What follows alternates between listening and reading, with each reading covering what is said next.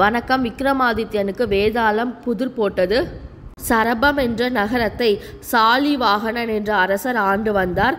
வீரபத்ரன் என்னும் பிராமணன் அரசரிடம் சென்று தனக்கு ஒரு வேலை கொடுக்கும்படி கேட்டுக்கொண்டார்.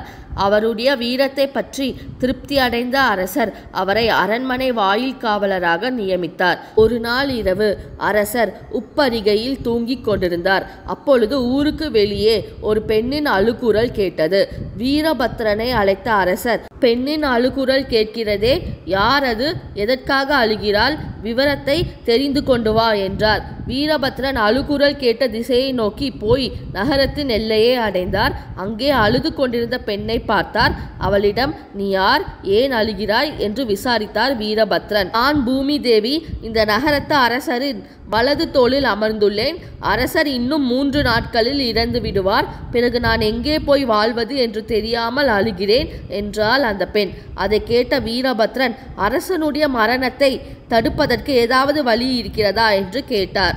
வழி இருக்கிறது, ஆனால் அதை செய்யக்கூடியவர்கள் கிடைப்பதுதான் அரிது என்றாள் அந்த பெண். நீ அதை பற்றி கவலையுற வேண்டாம், வழியை கூறு, அது எதுவானாலும் நான் செய்கிறேன் என்றார் வீரபத்ரன்.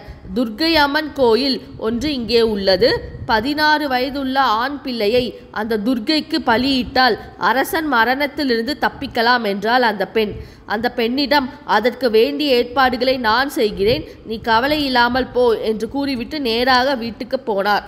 வீட்டுக்கு வந்து ஒன்றும் சொல்லாமல் மகனை மட்டும் அழைத்து செல்வதை பார்த்த அவருடைய மனைவி தன் மகளையும் அழைத்து கொண்டு கணவனை பின்தொடர்ந்து சென்றாள்.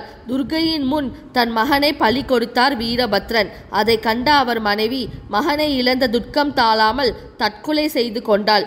அண்ணனும் தாயும் இழந்த துக்கம் தாழாமல் மகளும் தற்கொலை செய்து கொண்டாள். மகன், மகள், மனைவி ஆகிய மூவரும் இறந்த துக்கம் தாழாமல் தானும் தற்கொலை செய்து கொண்டார் வீரபத்ரன். மறைவாக இருந்து இவற்றையெல்லாம் பார்த்து கொண்டிருந்த அரசர், தன்னால் அல்லவா அவர்கள் 4வரும் உயிர் இழந்தனர் என்று வருந்தி தன் கழுத்தை வாளால் வெட்டி கொள்ள முயன்றாள். அப்போது உடனே துர்க்கை அம்மன் நேரில் தோன்றி அரசரை தடுத்ததோடு இறந்து போன 4வரையும் உயிர் பெற்று எழ செய்து அவள் மறைந்து விட்டாள். அவர்கள் உயிர் பெற்று எழுந்ததும் அவர்களுக்கு தெரியாமல் அரசர் அரண்மனைக்கு போய் சேர்ந்தார். மறுநாள் காலையில் அரசர் வீரபத்ரனை கூப்பிட்டு வர செய்து, நேற்று இரவு அழுதது யார், விசாரித்தாயா என்று கேட்டார். ஊர் எல்லையில் ஒரு பெண் அழுது கொண்டிருந்தாள். ஏன் அழுகிறாய் என்று கேட்டதுக்கு அவள் பதில் ஒன்றும் சொல்லாமலே போய்விட்டாள் என்றார் வீரபத்ரன். அவருடைய பணிவான பதிலை கேட்ட அரசர் மனமகிழ்ந்து முதல் நாள் இரவு தான் மறைந்திருந்து பார்த்த நிகழ்ச்சிகளை எல்லாம் அமைச்சர் முதலானோருக்கு எடுத்து சொல்லி வீரபத்ரனின் உயர்வான தியாகத்தையும் பண்பையும் அவருடைய குடும்பத்தினரின் உயிர் தியாகத்தையும் வெகுவாக பாராட்டியதோடு வீரபத்ரனுக்கு பரிசுகளும் உயர் பதவியும் அளித்து கௌரவித்தார். இந்த இடத்தில் கதையை நிறுத்திய வேதாளம், இந்த கதையில் தொடர்புடைய 5 பேரில் யாருடைய செய்கை மிக சிறந்தது என்று கேட்டது. அரசனின் கட்டளைக்கு கீழ்ப்பணிந்து நடக்க வேண்டியவர் வீரபத்ரன். அவருடைய மனைவி, மகள், மகன் அனைவரும் அவருக்கு கீழ்ப்பணிந்து நடக்க வேண்டியவர்கள். ஆனால் அரசன் எவருக்குமே கட்டுப்பட்டவரோ கடமைப்பட்டவரோ அல்ல.